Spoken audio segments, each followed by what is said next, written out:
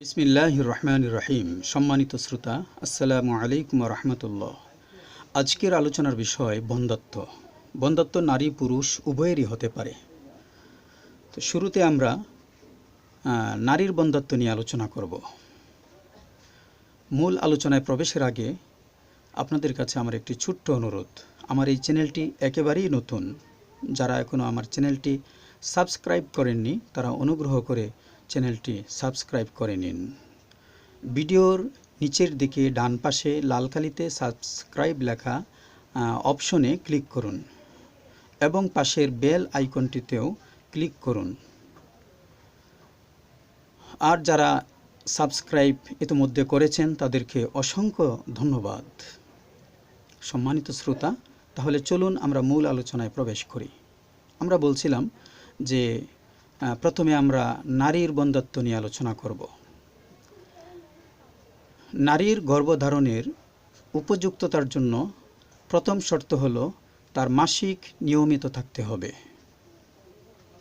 যদি কোনো মহিলার মাসিক নিয়মিত না থাকে, মাসিকে কোনো গোলযোগ থাকে, তাহলে ডাক্তারের শরণাপন্ন হতে হবে এবং মাসিক নিয়মিত করতে হবে। মাসিক যখন নিয়মিত হবে, মাসিকের কোনো গোলযোগ থাকবে না, তখন আমরা দ্বিতীয় শর্তের প্রতি দৃষ্টিপাত করতে পারি। দেখুন, আমরা দেখতে পাচ্ছি এখানে একটা ছবি দেখতে পাচ্ছি। ছবিটা এটা শুধু মহিলাদেরই একটা অঙ্গ, শরীরের একটি বিশেষ অঙ্গ। এটি পুরুষের থাকে না, শুধু মহিলাদেরই থাকে। এটাকে আমরা জরায়ু বলে থাকি।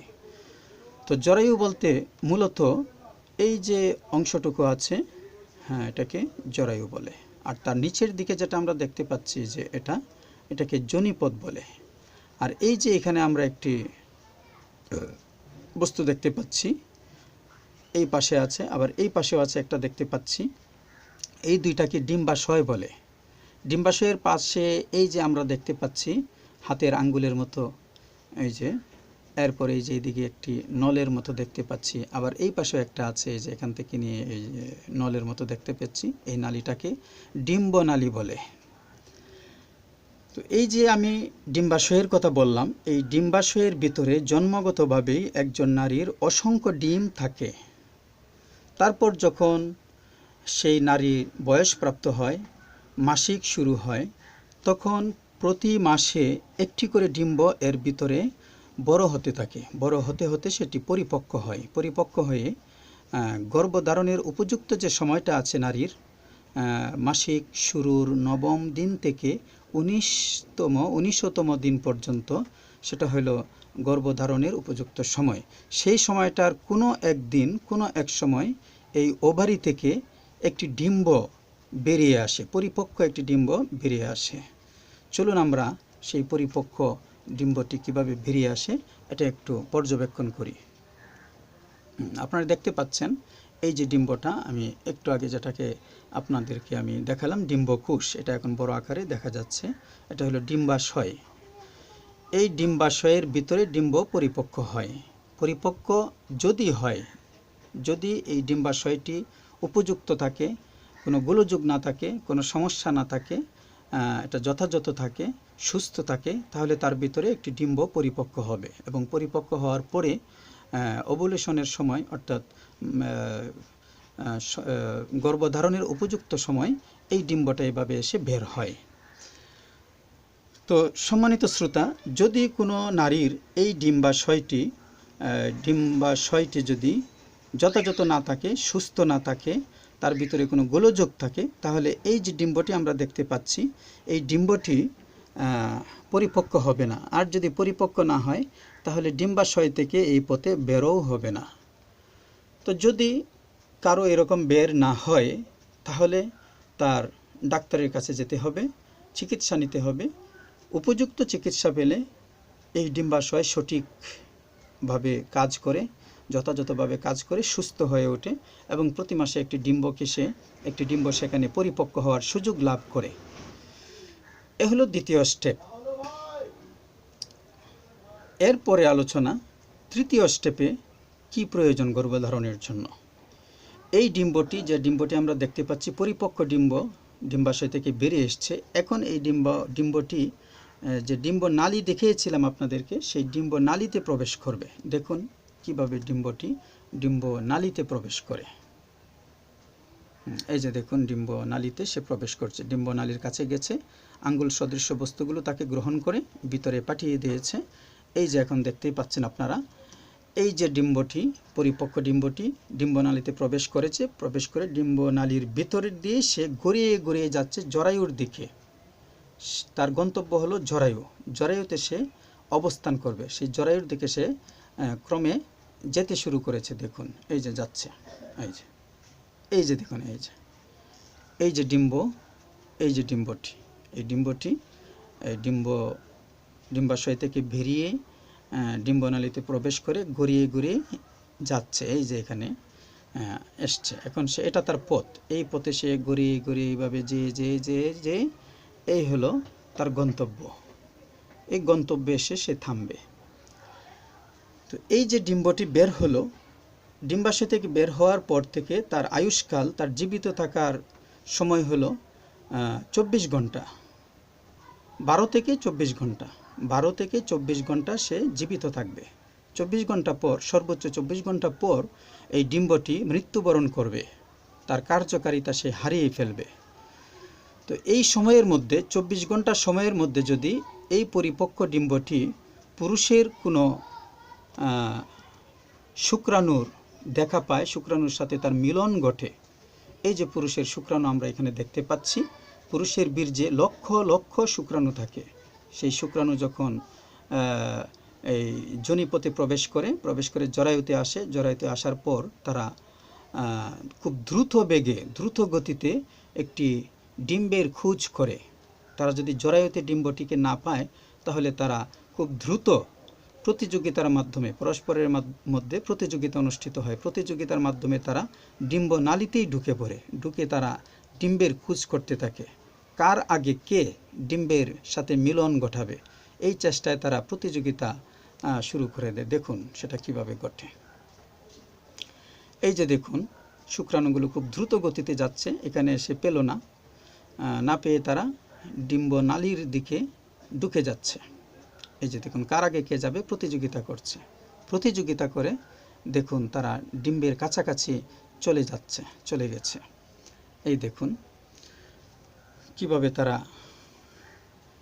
ডিম্বের খোঁজ করে ডিম্বের কাছে, এই যে ডিম্বটির কাছে দেখুন কিভাবে তারা দ্রুত বেগে এসছে। এখানে একটি বিষয় লক্ষণীয়, দেখুন এই যে পুরুষের শুক্রাণু আছে, এই শুক্রাণু অবশ্যই সক্ষম, সুস্থ, সবল হতে হবে। সক্ষম একটি শুক্রাণু যখন এই ডিম্বের মধ্যে প্রবেশ করবে, তখন গর্ভধারণ শুরু হবে।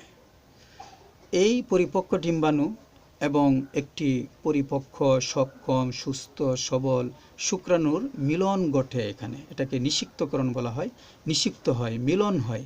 এই মিলনেই গর্ভধারণের শুরু।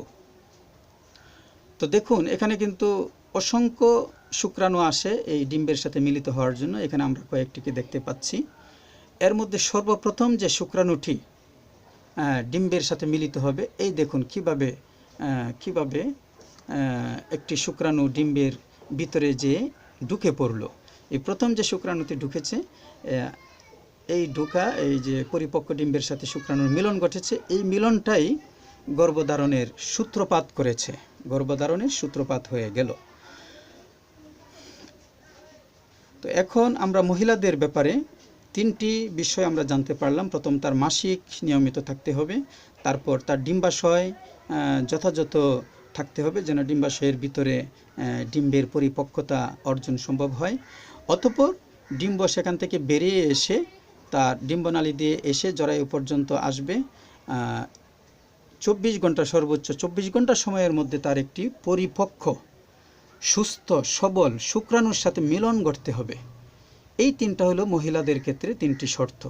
এই 3টি শর্ত যখন মহিলাদের মধ্যে থাকে, তখন এই মহিলার বন্ধ্যাত্ব আছে বলে বলা যাবে না। এই মহিলা গর্ভধারণের জন্য উপযোগী বলে বিবেচিত হবে। এবার আসুন আমরা পুরুষের বন্ধ্যাত্ব নিয়ে আলোচনা করি। সম্মানিত শ্রোতা, পুরুষের বন্ধ্যাত্বের ব্যাপারে শুনুন। পুরুষের বীর্যের মধ্যে লক্ষ লক্ষ বরং কোটি কোটি শুক্রাণু থাকে। সেই শুক্রাণুগুলো গর্ভধারণের জন্য উপযুক্ত হতে হয়, সক্ষম হতে হয়। সেগুলো সুস্থ, সবল এবং পরিপক্ক হতে হয়। কখনো কখনো পুরুষের শুক্রাণু মহিলার যোনিপথে ঢোকার পরেই মৃত্যুবরণ করে, কখনো জরায়ুতে ঢোকার পরে মৃত্যুবরণ করে। কখনো সেগুলো সবল থাকে না, অসুস্থ থাকে, দুর্বল থাকে। তো সেই দুর্বল শুক্রাণু দিয়ে বাচ্চা উৎপাদন বা গর্ভধারণ সম্ভব হয় না। সেজন্য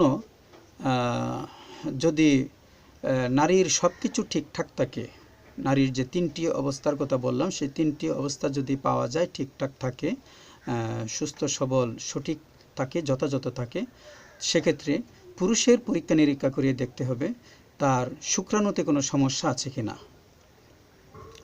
শুক্রাণুতে যদি সমস্যা থাকে তাহলে উপযুক্ত চিকিৎসার দ্বারা শুক্রাণু সুস্থ সবল হয়। যদি কোনো কারণে শুক্রাণু নারীর জরায়ুতে প্রবেশের পর মৃত্যুবরণ করে, তাহলে উপযুক্ত চিকিৎসার মাধ্যমে শুক্রাণুকে সুস্থ করে তোলা যায়, যেন সে মৃত্যুবরণ না করে। এবং কখনো দুর্বল হয়ে পড়ে, পুরুষের শুক্রাণু দুর্বল হয়ে থাকে, বিভিন্ন কারণে দুর্বল হয়, সেই কারণগুলোর দিকে আমরা আজকে যাব না। যদি দুর্বল হয়ে থাকে, সুস্থ সবল সক্ষম না থাকে, সেক্ষেত্রেও চিকিৎসা আছে। উপযুক্ত চিকিৎসা দিলে পুরুষের শুক্রাণু যথাযথভাবে কাজ করে, সুস্থ সবল হয়ে ওঠে, সক্ষম হয়ে ওঠে। তো আসুন আমরা দেখি পুরুষের শুক্রাণুগুলোর অবস্থা। এই যে দেখুন, এগুলো সুস্থ সবল সক্ষম শুক্রাণু। এই শুক্রাণুগুলো গতি দেখুন, কত চমৎকার গতিতে সেগুলো জরায়ুতে প্রবেশ করতে প্রতিযোগিতা করছে। এভাবেই তারা প্রতিযোগিতা করে জরায়ুতে প্রবেশ করে, এবং আগেই যেটা বলেছি, প্রবেশ করে তারা একটি সক্ষম পরিপক্ক ডিম্বের খোঁজ করে। অতঃপর সেই ডিম্বকে পেয়ে গেলে কার আগে কে যাবে প্রতিযোগিতা করে ডিম্বের সাথে মিলন ঘটায়, শুক্রাণুগুলো যে মিলন ঘটায়। তো প্রথম যে শুক্রাণু মিলন ঘটাবে সেটাই হলো মূল মিলন। এই মিলনের মাধ্যমেই মহিলা গর্ভধারণ করে থাকে।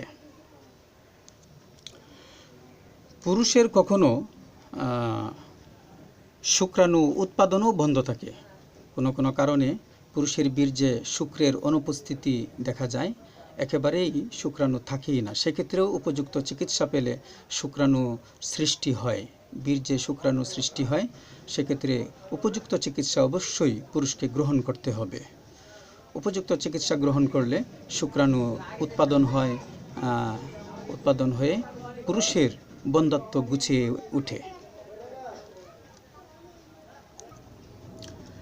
সম্মানিত শ্রোতা, যা বলছিলাম, যদি পুরুষের যে সমস্যাগুলোর কথা বলেছি, শুক্রাণুর উৎপাদন, বীর্যে শুক্রাণুর উৎপাদন এবং শুক্রাণুগুলো সুস্থ সবল সক্ষম, এগুলোর ক্ষেত্রে কোনো সমস্যা যদি থাকে তাহলে ডাক্তারের শরণাপন্ন হবেন।